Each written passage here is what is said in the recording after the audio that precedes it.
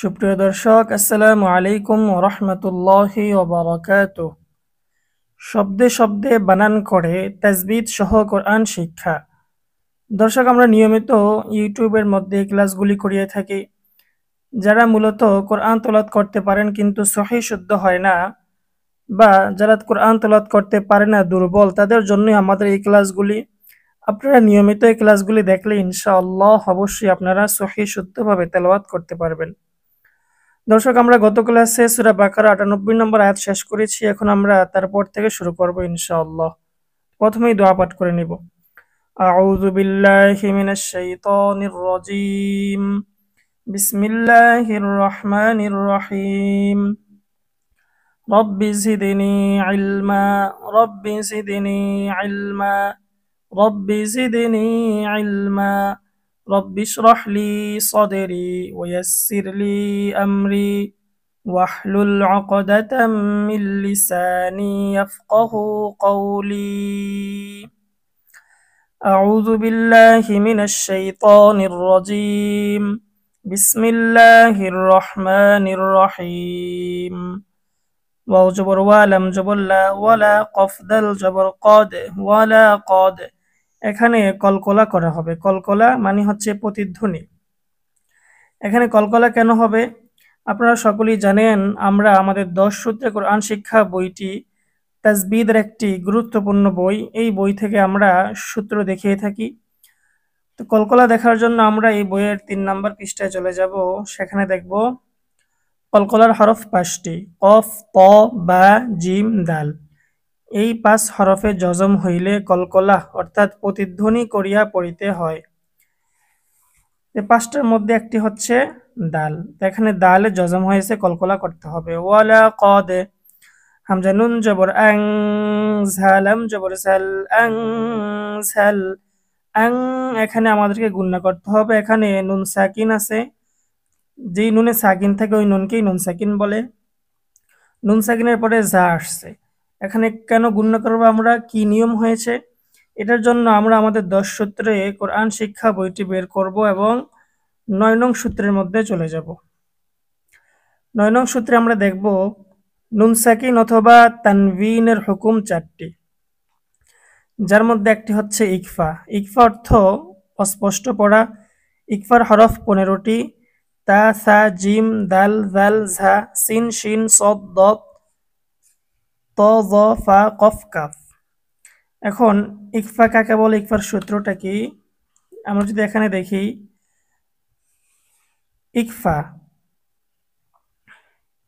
নুন সাকিন ও তানভিনের পরে ইকফার 15 হরফের কোনো একটি হরফ আসিলে তখন ওই নুন সাকিন বা তানভিনকে গুন্নাহর সহিত অস্পষ্ট করিয়া পড়িতে হয়।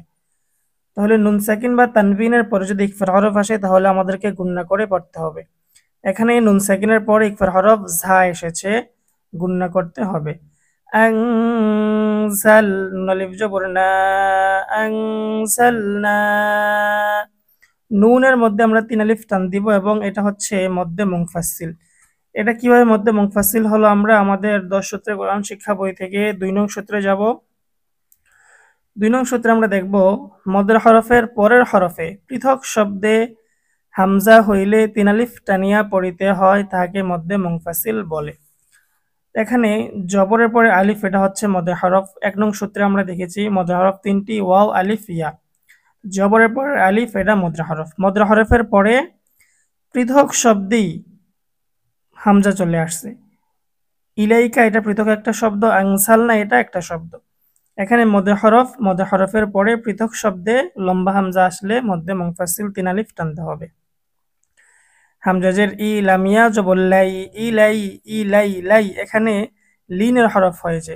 আমরা যদি 4 নং সূত্রটা বের করি তাহলে দেখব লিনের হরফ 2টি: জবরের বাম পাশে যজমলা ওয়াও, জবরের বাম পাশে যজমলা ইয়া। তো এখানে জবরের বাম পাশে যজমলা ইয়া এসেছে, লিনের হরফ। লিনের হরফ হলে তাড়াতাড়ি পড়তে হয়। ইলাই, কাব জবর কা, ইলাই কা। হামজা খারা জবর আ, ইয়া খারা জবর ইয়া, আয়া। এটা হচ্ছে মধ্যে বদল। হামজার হরকতকে টেনে পড়াকে মধ্যে বদল বলে, এটা আমরা 6 নং সূত্রে পেয়ে যাব। এবং তারপর হচ্ছে ইয়া খারা জবর ইয়ার, খারা জবর খারাজের উল্টা পেশ হলে এক আলিফ টানতে হয়। এটা আমরা ১ নং সূত্রের মধ্যে দেখেছি। আমরা যদি ১ নং সূত্রটা বের করি তাহলে দেখব মধ্যে হরফ ৩টি, এটার পরেই নিচেই আছে খারা জবর খারাজের উল্টা পেশ হইলে এক আলিফ টানিয়া পড়িতে হয়, তাকে মধ্যে তবাই বলে। তো খারা জবর হওয়ার কারণে আমরা টান দিব। আয়া তা ২ জের তিম, আয়াতিম, তিম এখানে আমাদেরকে গুণনা করতে হবে। এখানে আমরা তিম কেন, তা ২ জের তো ৩ হওয়ার কথা, কিন্তু তিম কেন বলবো, মিম কেন উচ্চারণ হবে? এখানে যদি আমরা লক্ষ্য করি তানবিনের পরে বা এসেছে। এখন এটা দেখার জন্য আমরা ১০ সূত্রে কোরআন শিক্ষা বইয়ের ৯ নং সূত্রে যাব। সেখানে নুন সাকিন অথবা তানবিনের যে ৪টি হুকুম রয়েছে তার মধ্যে একটি হচ্ছে ইকলাব। ইকলাব অর্থ পরিবর্তন করা। ইকলাবের হরফ একটি বা। আমরা যদি ইকলাবের সূত্রটা দেখি, ইকলাব নুন সাকিন ও তানবিনের পরে ইকলাবের একটি হরফ বা আসিলে তখন ওই নুন সাকিন বা তানবিনকে গুন্নাহের সহিত মিম দ্বারা পরিবর্তন করিয়া পড়িতে হয়। তাহলে নুন সাকিন বা তানবিনের পরে যদি ইকলাবের হরফ বা আসে তাকে মিম দ্বারা পরিবর্তন করে গুন্নার সহিত পড়তে হবে। আয়াতিম, বা ইয়া জবর বাইয়া জের ই, বাইয়ি নুন খারা জবর না, তা ২ জের ৩, বাইয়িনাত ওয়াকফ করার কারণে তার মধ্যে সাকিন হয়ে যাবে। ওয়ালাকাদ আনজালনা ইলাইকা আয়াতিম বাইয়িনাত। দর্শক, আমি মাত্র এখানে আধা লাইনের মতো পড়েছি, আর এই আধা লাইনের মধ্যে আপনারা দেখেছেন কতগুলা সূত্র গিয়েছে, আর সবগুলো সূত্র আমি আপনাদেরকে ১০ সূত্রে কোরআন শিক্ষা বই থেকে দেখিয়েছি। এগুলো দেখানোর কারণ হচ্ছে আপনি যতক্ষণ পর্যন্ত তাসবিদ না পারবেন ততক্ষণ পর্যন্ত আপনি সহিহ শুদ্ধভাবে তেলাওয়াত করতে পারবেন না। সহিহ শুদ্ধভাবে তেলাওয়াত করার জন্য শর্ত হচ্ছে মাখরাজ ঠিক করা এবং তাসবিদগুলো জানা। এই জন্য আপনাদেরকে আমি বারবার বই খুলে খুলে দেখাইতেছি যাতে করে আপনারা এগুলো মুখস্থ করতে পারেন। এগুলো যতক্ষণ পর্যন্ত মুখস্থ না হবে ততক্ষণ পর্যন্ত আপনি শুদ্ধভাবে তেলাওয়াত করতে পারবেন না। তো এই বইটা খুবই গুরুত্বপূর্ণ একটি বই। এই বইটির মধ্যে সূত্র আকারে মাত্র ১০টি সূত্র, এই সূত্র আকারে যে তাসবিদগুলা কোরআনের মধ্যে ব্যবহৃত হয়েছে সেই তাসবিদগুলো শুধু এখানে আনা হয়েছে। যার কারণে এটা সাধারণ মুসল্লিদের জন্য, সাধারণ মানুষের জন্য খুব উপকারী একটা কিতাব। আপনারা যারা এই বইটি সংগ্রহ করতে চান আপনারা এই নাম্বারে যোগাযোগ করবেন। এই নাম্বারে যোগাযোগ করলে আপনারা এই বইটি পেয়ে যাবেন, অথবা কেউ যদি পিডিএফ নিতে চান তাহলে এই নাম্বারে যোগাযোগ করে পিডিএফ নিতে পারবেন। ওয়ালাকাদ আনসালনা ইলাইকা আয়াতিম বাইয়িনাত। ওয়াও জবর ওয়া, মিম আলিফ জবর মা, জবরের পরে আলিফ মধ্যে তো বাই এক আলিফ টানিয়া পড়িতে হয়। ওয়া মা,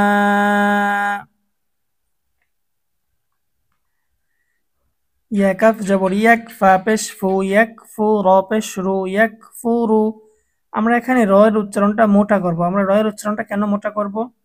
আমরা যদি আমাদের ১০ সূত্রে কোরআন শিক্ষা বই থেকে ৭ নং সূত্রটা বের করি, ৭ নং সূত্রের মধ্যে আমরা দেখব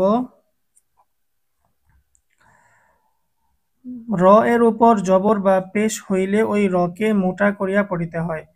তাহলে এখানে র এর উপর পেশ হওয়ার কারণে আমরা রকে মোটা করব। ইয়াকফুরু, বাজের বিহা, আলিফ জবর হা, বিহা। এটা মাত্র গিয়েছে মধ্যে মুনফাসিল, যার কারণে আমরা দ্বিতীয়বার দেখাইতেছি না। যেই কায়দাগুলো একবার যাবে সেগুলো আমরা দ্বিতীয়বার বই থেকে দেখাবো না, অন্যথায় অনেক সময় এখানে নষ্ট হয়ে যাবে। মধ্যে মুনফাসিল কেন? মদের হরফের পরে পৃথক শব্দে লম্বা হামজা আসছে, মধ্যে মুনফাসিল ৩ আলিফ টানতে হবে। ইয়াকফুরু বিহা, হামজা লাম জের ইল, লাম লাম জবর লাল, ইল্লাল, ফা খারা জবর ফা, সিন জের সি, ফাসি, কফ পেশ কু, নুন জবর না, ফাসিকুন। ওয়াকফ করার কারণে নুনে সাকিন হবে। আমরা জানি যে হরফের মধ্যে ওয়াকফ করা হয় তামা হয়, ওই হরফটি অটোমেটিক সাকিন হয়ে যায়, তখন এটা মধ্যে আরজি হবে। পেশের পরে ওয়াও সাকিন মদের হরফ। আর আমরা ১০ সূত্রে কোরআন শিক্ষা বইয়ের যদি ৩ নং সূত্রটা বের করি তাহলে সেখানে আমরা দেখব মদের হরফের পরের হরফে ওয়াকফ হইলে ৩ আলিফ টানিয়া পড়িতে হয়, তাকে মধ্যে আরজি বলে। এখানে পেশের পরে ওয়াও সাকিন মদের হরফ, মদের হরফের পরেই আমরা ওয়াকফ করেছি, ৩ আলিফ টানতে হবে, এটা মধ্যে আরজি। ওয়ামা ইয়াকফুরু ইয়াকফুরু বিহা ইল্লাল ফাসিকুন। হামজা জবর আ, ওয়াও জবর ওয়া, আওয়া, কাফ লাম পেশ কুল, লাম জবর লা, কুল্লা, মিম আলিফ জবর মা, জবরের পরে আলিফ মধ্যে তবাই এক আলিফ টানিয়া পড়িতে হয়। আওয়া কুল্লামা, আইন খারা জবর আ, হা জবর হা, আ হা, দাল ওয়াও পেশ দু, খারা জবর খারাজের উল্টা পেশ হলে এক আলিফ টানিয়া পড়িতে হয়। পেশের পরে ওয়াও সাকিন মধ্যে তবাই এক আলিফ টানিয়া পড়িতে হয়। আহাদু, আইন হা জবর আহ, দাল নুন দুই জবর দান, আহ দান, দান এখানে আমরা গুণনা করব। এখানে কেন গুণনা করব? আমরা আমাদের 10 সূত্রে কোরআন শিক্ষা বইটি নিয়ে 9 নং সূত্রে যাব। সেখানে দেখব নুন সাকিনের যে 4টি হুকুম রয়েছে তার মধ্যে একটি হচ্ছে ইদগাম। ইদগাম অর্থ মিলিয়ে পড়া। ইদগামের হরফ 6টি, ইয়া, র, মিম, লাম, ওয়াও, নুন। ইদগামটা আবার দুই প্রকার, বেলা গুন্না, বা গুন্না। বেলা গুন্না মানে হচ্ছে গুন্না ছাড়া, বা গুন্না হচ্ছে গুন্না সহ। তো বা গুন্নার হরফ হচ্ছে 4টি, ইয়া, র, মিম, ইয়া, মিম, ওয়াও, নুন। ইয়া, মিম, ওয়াও, নুন এই 4টি হচ্ছে ইদগামে বা গুন্নার হরফ, আর বাকি দুইটি হচ্ছে ইদগামে বেলা গুন্নার হরফ। এখন ইদগামে বা গুন্নার সূত্রটা যদি আমরা দেখি, ইদগামে বা গুন্না, নুন সাকিন ও তানবিনের পরে ইদগামে বা গুন্নার 4 হরফের কোনো একটি হরফ আসিলে তখন ওই নুন সাকিন বা তানবিনকে গুন্নাহের সহিত মিলিয়ে পড়িতে হয়। তাহলে আমরা যদি এখানে লক্ষ্য করি, এখানে তানবিনের পরে ইদগামে বা গুন্নার হরফ নুন এসেছে, তাহলে আমাদেরকে এখানে গুন্না সহ মিলিয়ে পড়তে হবে। আহদান, নুন জবর না, বা জবর বা, না বা, দাল জবর দা, না বা দা, হা উল্টা পেশ হু, না বা দা হু, না বা দা হু, মধ্যে সেলায়ে কসির। হায় জমিরের ডানে বামে সাকিন না থাকিলে মধ্যে সেলায়ে কাসির এক আলিফ টানিয়া পড়িতে হয়। না বা দা হু, ফা জবর ফা, র ইয়া জেররি, ফারি, জেরের পরে ইয়া সাকিন মধ্যে তবাই এক আলিফ টানিয়া পড়িতে হয়। ফারি, কফ মিম দুই পেশ কুম, ফারি কুম। ইদগামে বাগুন্না, তানবিনের পরে ইদগামে বাগুন্নার হরফ মিম এসেছে, গুন্না সহ মিলিয়ে পড়তে হবে। ফারি কুম, মিম নুন জের মিন, হা মিম পেশ হুম, মিন হুম, মিন হুম তাড়াতাড়ি পড়তে হবে। এটা হচ্ছে নুন সাকিনের ইজহার, নুন সাকিনের পরে হা এসেছে। আমরা আমাদের 10 সূত্রে কোরআন শিক্ষা বইটি নিব এবং 9 নং সূত্রে যাব। 9 নং সূত্রে যদি আমরা যাই, সেখানে দেখব নুন সাকিনের 4 হুকুমের একটি হচ্ছে ইজহার। ইজহার অর্থ স্পষ্ট করিয়া পড়া। ইজহারের হরফ 6টি, হামজা, হা, হা, খ, আইন, গইন। আমরা যদি এখানে দেখি সূত্রটা, নুন সাকিন ও তানবিনের পরে ইজহারের 6 হরফের কোনো একটি হরফ আসিলে তখন ওই নুন সাকিন বা তানবিনকে গুন্নাহ ছাড়া স্পষ্ট করিয়া পড়িতে হয়। তাহলে ইজহার যখন হবে তখন গুন্না ছাড়া স্পষ্ট করে পড়তে হবে। এখানে নুন সাকিনের পরে ইজহারের হরফ হা এসেছে, গুন্না ছাড়া আমাদেরকে পড়তে হবে। ফারিকুম মিনহুম, বালাম জবর বাল, হামজা কাফ জবর এক, সা জবর সা, র পেশ রু, র মোটা হবে কারণ রয়ের উপরে পেশ। বাল আকসারু, হা মিম পেশ হুম, বাল আকসারুহুম। এখানে মিম সাকিন আসছে, আমরা একটু মিম সাকিনের কায়দার মধ্যে যাব। মিম সাকিনের পরে এখানে লাম আছে, আমরা যদি মিম সাকিনের কায়দার মধ্যে যাই, 10 নং সূত্রটা আমরা বের করব। সেখানে আমরা দেখব মিম সাকিনের হুকুম 3টি, ইজহার, ইদগাম, ইকফা। ইজহার, ইজহার অর্থ স্পষ্ট করিয়া পড়া, বা ও মিম ছাড়া বাকি সবগুলো ইজহারের হরফ।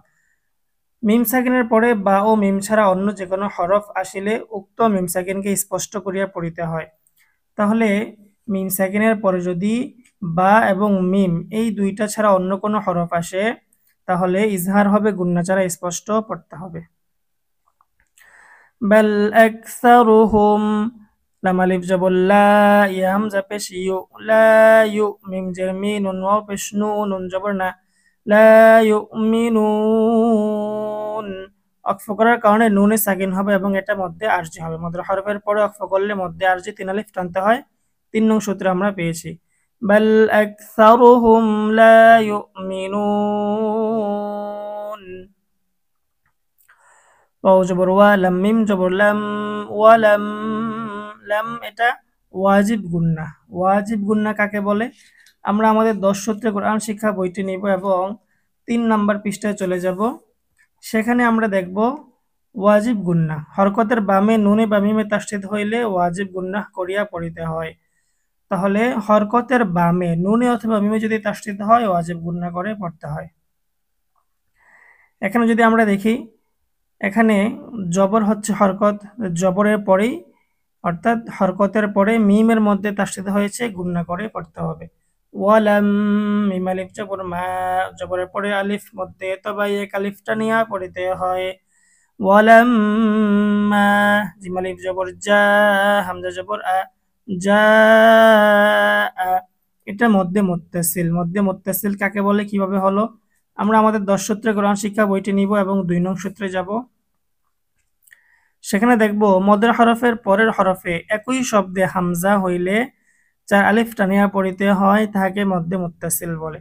মদের হরফের পরে যদি একই শব্দের মধ্যে হামজা চলে আসে, এখানে যদি আমরা দেখি যা আই, এটা হচ্ছে একটা শব্দ, জবরের পরে আলিফ, এটা মদের হরফ।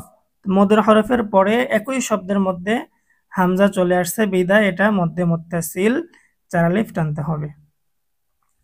ওয়ালাম্মা জাআহা মিম পেশ হুম, জাআহুম রজবর সিন ওয়াও পেশ সু, রসু, লাম মিম 2 পেশ লুম, রসুলুম।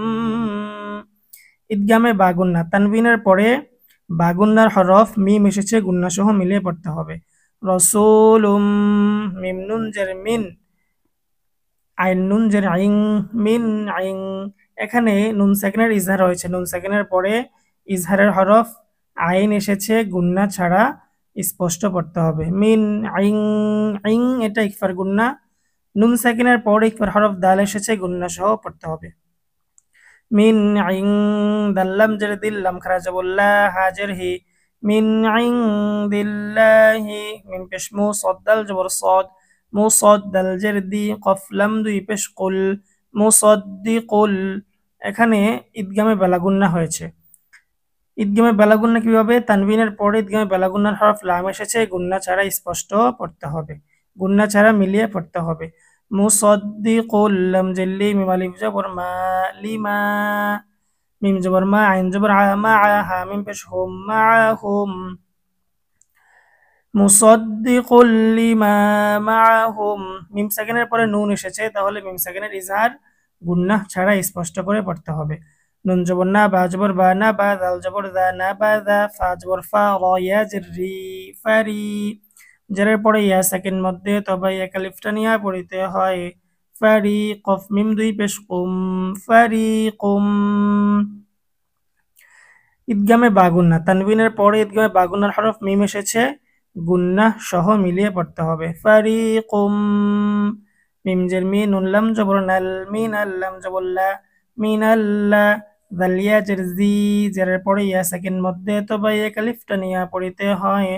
নুন জবর না, মিনাল্লাযীনা।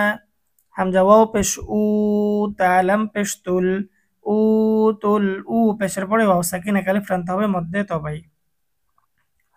উতুল, কাফ জের কি, তা খারা জবর তা, কিতাবা জবর বা, কিতাবা। নাবাদা ফারিকুম মিনাল্লাযীনা উতুল কিতাবা।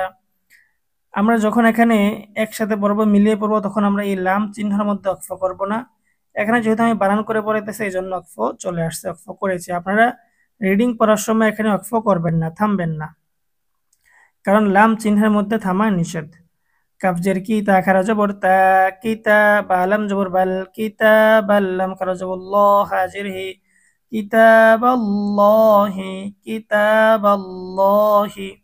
এখানে আমরা আল্লাহ শব্দের লামকে কেন মোটা করব? কারণ আমরা যদি 7 নং সূত্রটা বের করি, 7 নং সূত্রের মধ্যে আমরা দেখব আল্লাহ শব্দের ডানে জবর বা পেশ হইলে আল্লাহ শব্দের লামকে মোটা করিয়া পড়িতে হয়। তাহলে আল্লাহ শব্দের ডান দিকে যদি জবর থাকে বা পেশ থাকে তাহলে মোটা করতে হবে। এখানে আল্লাহ শব্দের ডানে জবর আসার কারণে আমরা লামকে মোটা করব। কিতাবাল্লাহি, ওয়াও জবর ওয়া, র আলিফ জবর র, ওয়া র, হামজা জবর আ, ওয়া র আ। মদ্দে মুত্তাসিল একটু আগে আমরা দেখিয়েছি মদের হরফের পরে যদি একই শব্দে হামজা আসে মদ্দে মুত্তাসিল 4 আলিফ টানিয়া পড়িতে হয়। ওয়ার জ পেশ জু হা ওয়াও পেশ হু জুহু রজের রি হামিম জের হিম জুহুরি হিম র চিকন হবে, কারণ 7 নং সূত্রে গেলে আমরা দেখব রয়ের নিচে জের হলে রকে চিকন করতে হয়। জুহুরি হিম। কাফ জবর কা হামজা নুন জবর আন কা আন নুন জবর না কা আন না কা আন আন ওয়াজিব গুন্না হরকতের পরে নুনের মধ্যে তাসদীদ হয়ে যায়, গুন্না সহ পড়তে হবে, এটাকে ওয়াজিব গুন্না বলে। কা আন নুন জবর না হামিম পেশ হুম কা আন না হুম। লাম আলিফ জবর লা ইয়া আইন জবর ইয়া লা ইয়া লাম জবর লা মিম ওয়াও পেশ মু লা ইয়ালামু নুন জবর না লা ইয়ালামুন। মধ্যে আরজি হবে, মদের হরফের পরে ওয়াকফ করলে মধ্যে আরজি 3 আলিফ টেনে পড়তে হয়। কিতাবাল্লাহি ওয়ারাআ যুহুরিহিম কাআন্নাহুম লা ইয়ালামুন। দর্শক, আমরা আজকে 101 নম্বর আয়াত শেষ করেছি। ইনশাল্লাহ আমরা আগামীকাল থেকে এরপর থেকে শুরু করব।